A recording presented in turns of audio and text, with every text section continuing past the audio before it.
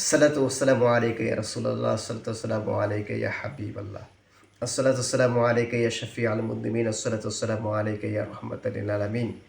চারটি জিনিস যার মধ্যে থাকবে সে মনে করতে হবে আপনি পরম সৌভাগ্যশালী। চারটি জিনিস এমন যেটা আপনার মধ্যে থাকলে আপনি মনে করবেন আপনার মতো ভাগ্যবান পৃথিবীতে আর কেহ নাই। এর মধ্যে এক নাম্বার হচ্ছে ভালো স্ত্রী পাওয়া। একজন স্বামী তার ভালো স্ত্রী পাওয়া, একজন স্ত্রী তার ভালো স্বামী পাওয়া, এটা হচ্ছে এক নাম্বার কারণ।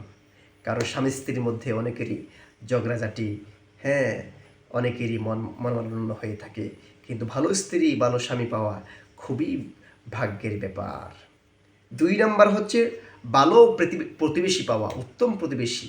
প্রতিবেশী তো সবাই, কারণ আপনি যার সঙ্গে প্রত্যেক দিন উঠা বসা করবেন, যাদের সাথে আপনি চলাফেরা করবেন, প্রতিবেশী যদি সঙ্গ আপনার খারাপ হয়ে যায় তাহলে আপনি কিন্তু সুখে শান্তিতে বাস করতে পারবেন না। এই জন্য দুই নম্বর হচ্ছে ভালো প্রতিবেশী হওয়া। সৌভাগ্যশীল ওই ব্যক্তি যার প্রতিবেশী খুবই ভালো, যার প্রতিবেশী নামাজি, যার প্রতিবেশী ফরহেজগার, যার প্রতিবেশী আল্লাহওয়ালা, সেই হচ্ছে বড় সৌভাগ্যবান। তিন নাম্বার হচ্ছে যার মধ্যে ধৈর্য আছে। ধৈর্য শক্তি একটা মহৎ গুণ। একটা কথায় বলা হয়ে থাকে ধৈর্য হচ্ছে মুহূর্তের লক্ষণ।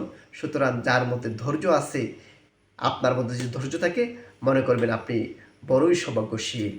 চার নম্বর হচ্ছে আপনার মন মস্তিষ্কে আল্লাহর দিকে রজ্জু থাকা।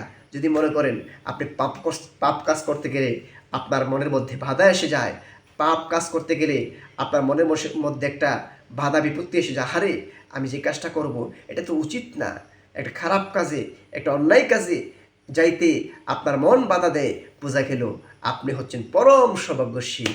আল্লাহ পাক যেন আমাদেরকে এই আমলগুলো করার তৌফিক দান করে, এই নিয়মে চলবার তৌফিক দান করে। আসসালামু আলাইকুম ওয়া রাহমাতুল্লাহি ওয়া বারাকাতুহু।